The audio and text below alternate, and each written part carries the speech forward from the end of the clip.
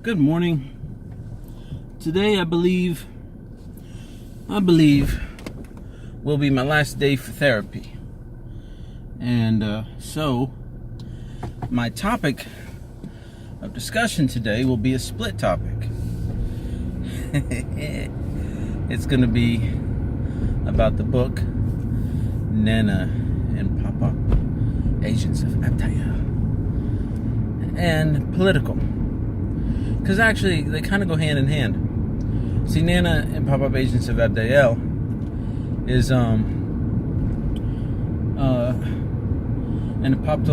it's a Christian fiction based upon the idea that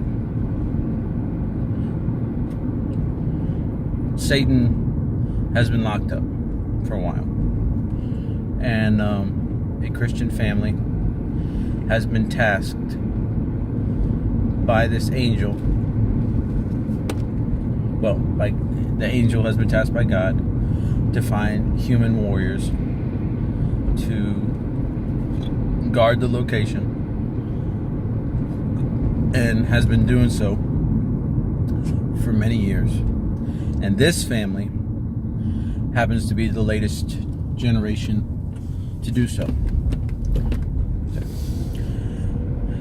Now, eventually in my stories, there comes a time, and it comes a time in the Bible, where Satan is unleashed on the world. And the war between heaven and hell, or heaven and Satan, is not really between heaven and hell, because hell isn't a place that fights. Hell is just it's a giant prison cell, really. It's really all it is. So, and heaven isn't a place that fights. It's a giant sanctuary. It's a giant place of rest. So, let me reverse that, back up. Edit. The war between Jesus and his angels, God's chosen, and the devil and those demons, the fallen angels who follow him, that spills over into earth. That battle is coming. And now part of that is, many believe,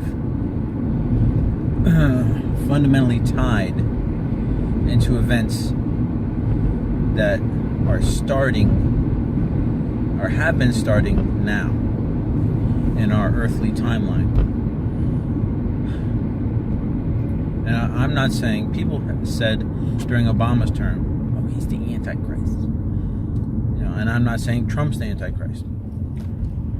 I think both of those statements are ludicrous. I didn't care for Obama, even though I think compared to Trump, he had style and grace. Trump does not. I believe Obama, at heart, wanted what was best for the country. I think he made mistakes, and he may have done things that were not perfect.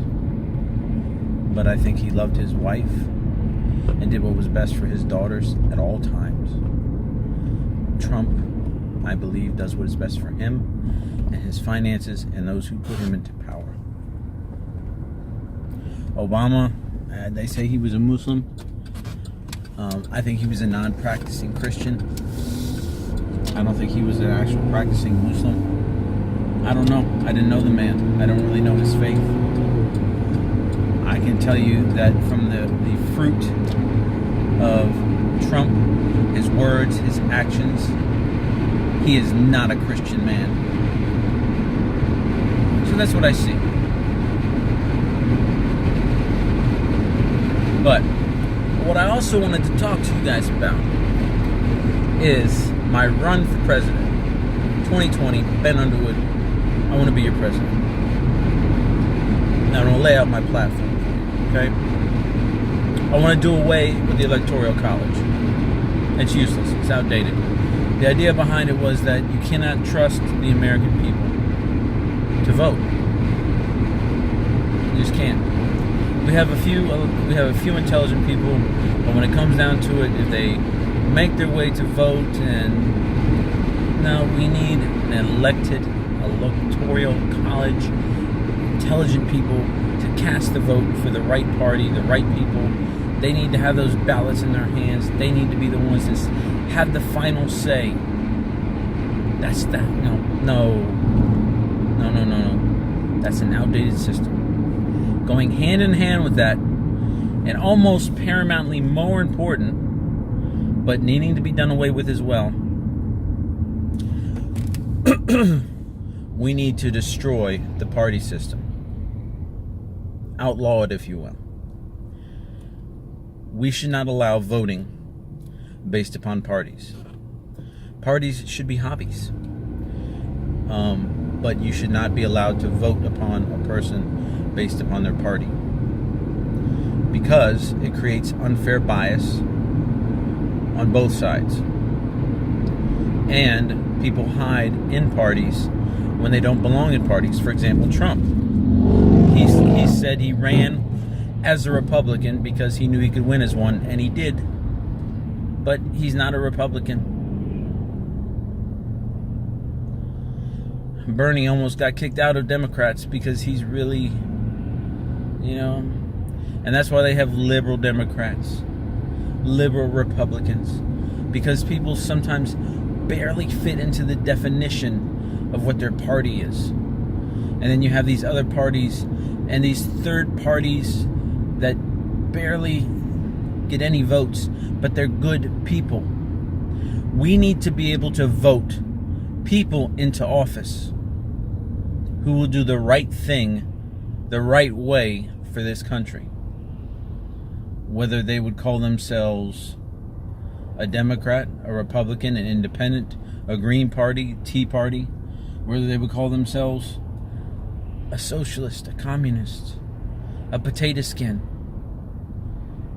whatever they would call themselves, whatever you would label them as, whatever they believe or don't believe themselves to be, if they would stand up and listen to the American people that they represent, which is not what Trump is doing.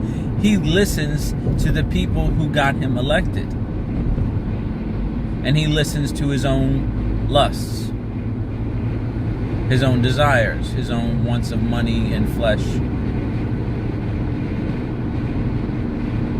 The people who will listen to the American people are the people who should be in office.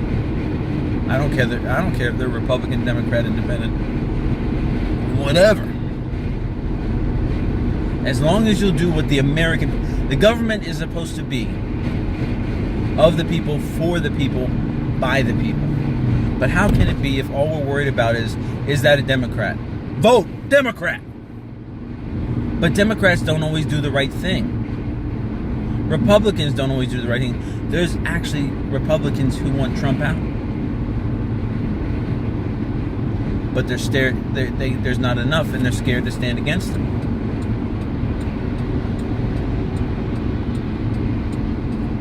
If we do away with the party system, do away with those labels, and make them illegal, and just have people vote upon the merit, the work history, the integrity, the skills, whatever, the debates, and whatever other things you want to vote upon to elect a person to office.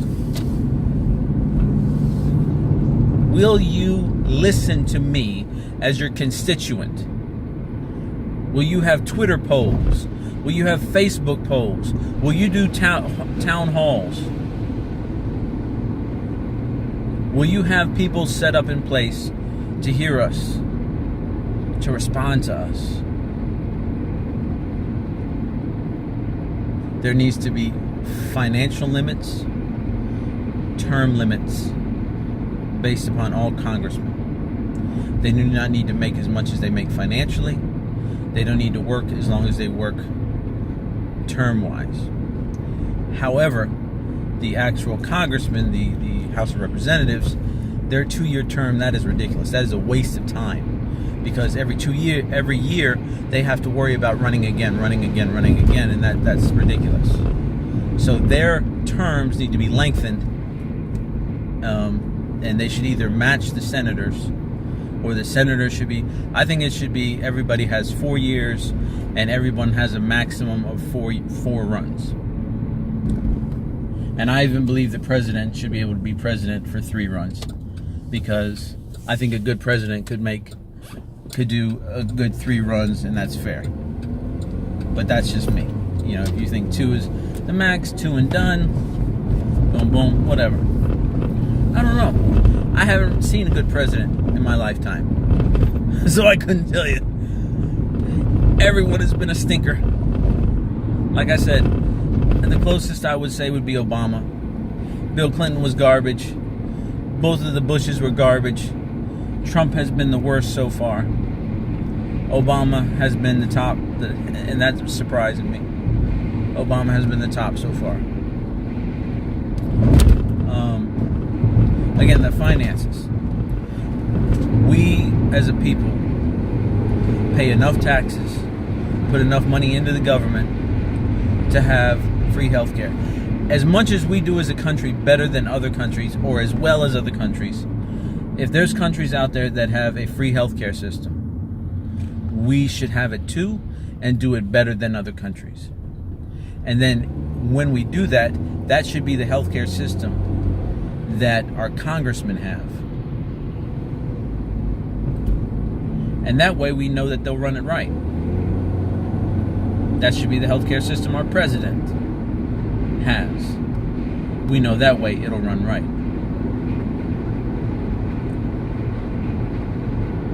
If somebody wants to supplement it, wants to go to a specialized doctor, let them pay out of pocket. That's their choice.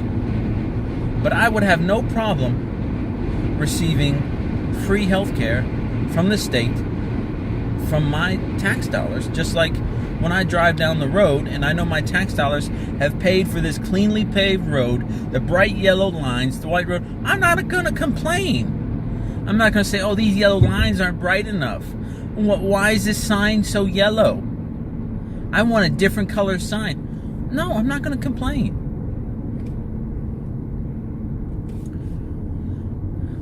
I believe judicial terms should be limited. 15-year maximum.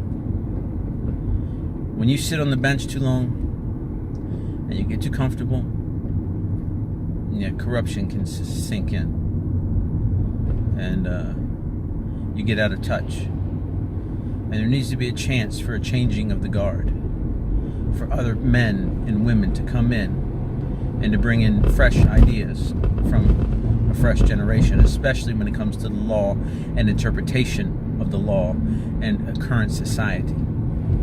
So somebody sitting on the bench for 50 years, what applied 50 years ago to technology and to people doesn't necessarily apply today. And while I appreciate their service to our country, they can go and teach.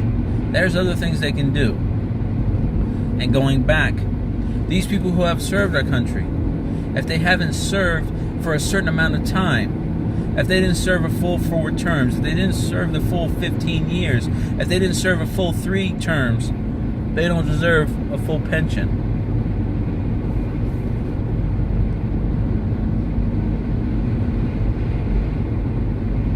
They don't.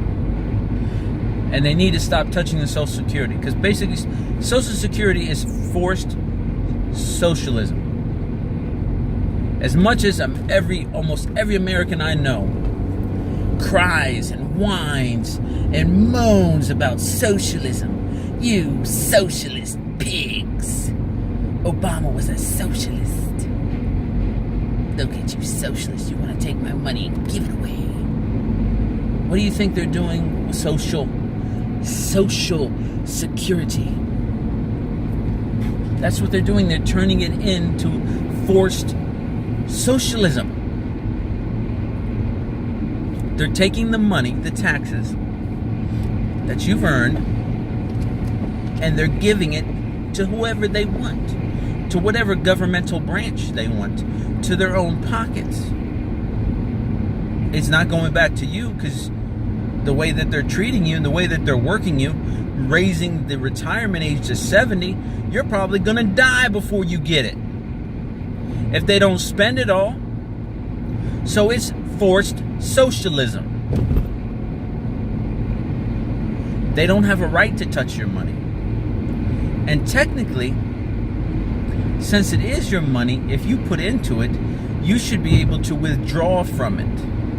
Now, that's kind of a thing, because let's say, that's one of the reasons they have disability laws and things like that, which I can understand. Now, let's say you're working and you've earned a certain amount of credits. You become disabled. You can qualify for disability. That's a wonderful thing. And that should stay in place and not be affected. I don't know if it is or not. I have not done research. But if they do that, if they mess with this money, where's this people's money going to go? Because that's what their hopes is. That's what they're pushing the age back, hoping more people die, more people die, more people die, because then that money is left over. So then those people don't collect the money. Those people don't expect the money. So that's more money for us to play with, or more money that was never collected.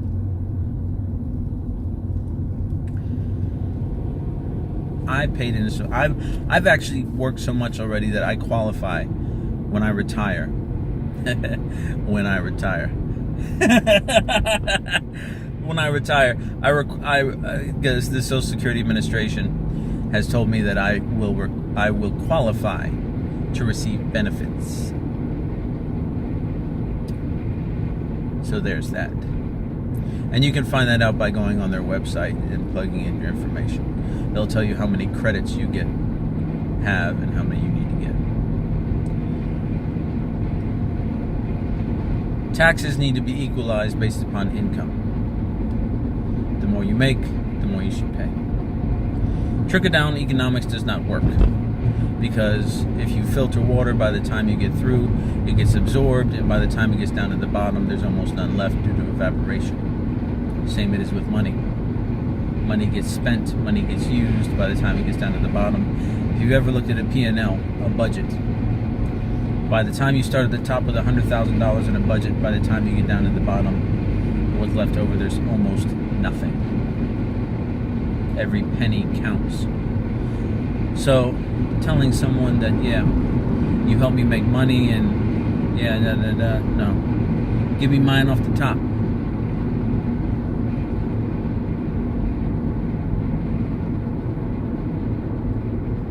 If I'm helping you get yours on the top, help me get mine off the top. Maybe 15 is a little bit much, but maybe we need to look at something better, something higher. Maybe we need to lower prices on everything else, find a way to drive prices down, especially gas. Because if gas goes down, prices on food can go down, prices on electricity can go down, prices on transportation can go down. And then maybe $13.50 or $14 won't be outrageous. Prices on clothing can go down. It's not just about saying 15 is too much. It's about saying, well, why do they think they need 15? Well, they do because they have to pay for things. Everything else is skyrocketed. Well, why did everything else go up? Because gas went up. And gas is the lifeblood of this country. Everything is connected by highways. And until we get off of fossil fuels, off of gasoline, we don't have a choice. Now, we've been moving towards hybrid cars and electric cars and trying to use more public transportation, but we're not there yet. And gas under President Trump has started to climb back up. I thought we were going to get under the $2 mark. It was there. It was $2.21. It was so close. I ain't seen it that low in forever. But now it's going back up. It's going back up. It's going back up. Food, and right along with it, food prices are going back up. his supposed tax cuts. And if you look at his tax cuts, they're not for the middle class. They're for the upper middle class and for the rich. They haven't helped me or my family or anyone I know. I don't really think it's about doing tax cuts. Leave taxes where they are. We need money for the government, for the roads, for where they are. It's about reallocating where that money's going and stop raising taxes. Leave them where they are. Okay? Just stop playing with the taxes. Just stop it. Stop spending what we don't have. Stop spending money on things we don't need. Start funneling that money that we can to pay off our debt.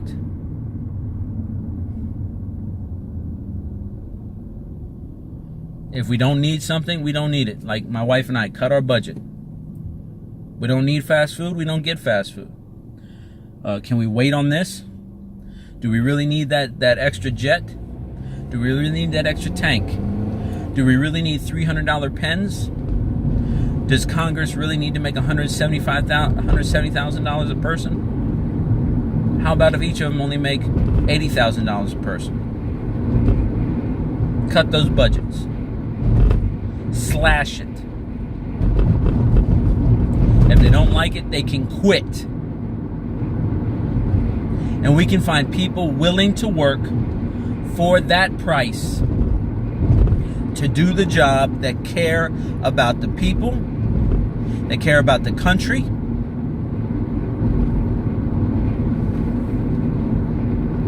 and reinvest that money back into the country. Well, you get what you pay for. Well, it's not about paying for. It's about services. It's about investing. It's about people who say, I don't want a career as a politician. I want to serve. You know, teachers don't get into teaching to make money. Have you ever looked at a teacher's salary? Have you ever seen the headache that they put up with? A lot of them are forced to buy their own supplies because they're so under budgeted. That's another one of the main points in my platform. We need to equalize the budget for our defense and our education. Because if we don't have educated children, it won't matter how well defended we are from the outside. We will be destroying ourselves on the inside. If we don't have healthy, well-fed children with strong minds and bodies that feel safe and loved and protected, we might as well give this country to Russia or to Kim Jong-un or to Iran or to whoever else our enemies are or aren't, because we will be destroying ourselves. You have these white nationalists who are lining up, chomping at the bit, because we have been allowing them to learn that their president,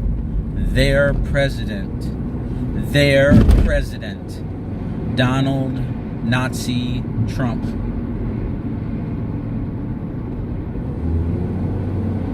is freely endorsing hatred and bigotry. The only thing he hasn't come out and said from the platform and microphone in the White House is the N-word.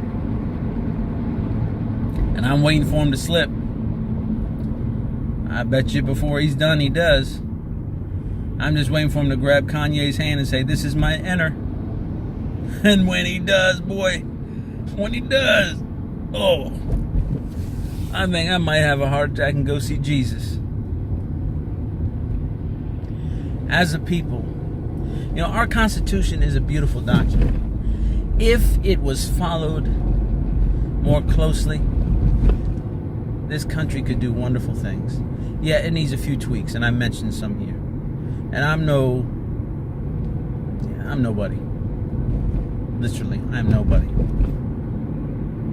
These are just ideas that I have, and I have a couple more. But these are just ideas that I have as being a leader and a follower, as being a teacher, as being someone who has thought about these things and thinking, how could we make things better? How could we make changes that could actually make a difference? This is what I came up with. And maybe some of them I've heard, and I'm just spitting back out what I heard. So those of you who are activists and who are really into these things and in places of authority and power, if these resonate with you, if they make sense to you, take it to your congressman, your congresswoman. Take it to those peoples of authority. Put it in their hands and say, hey, this crazy, fat, sweaty guy, he had this idea, and I think it would work. Why don't you try this? Why don't we do this?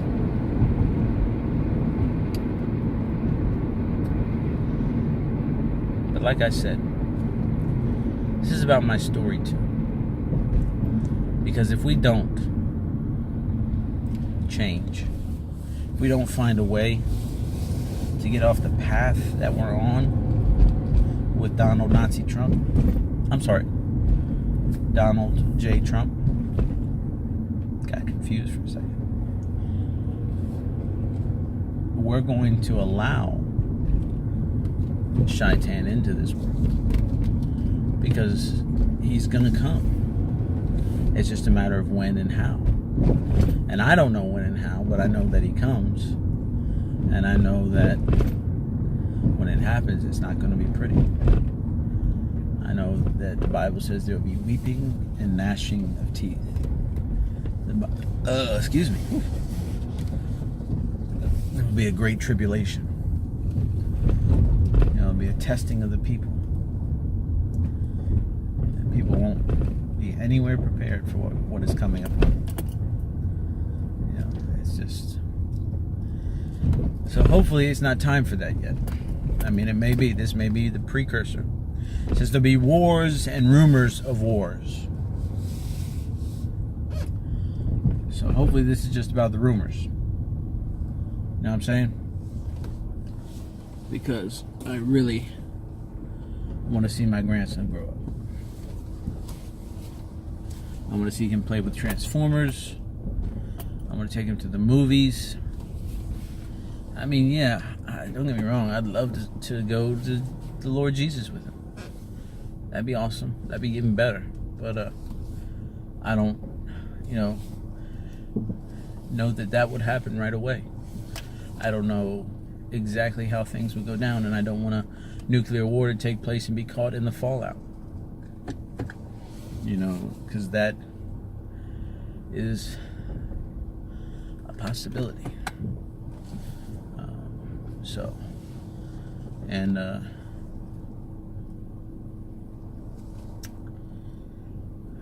As we face these things together and think about the possibilities that are assailing us as Americans, as the world, as believers, non-believers, as people hoping for peace.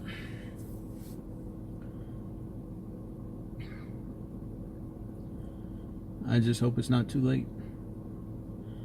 I just hope that things that have been put into motion by the machinations of Mr. Trump can be undone by the kindness and goodness of men and women such as you.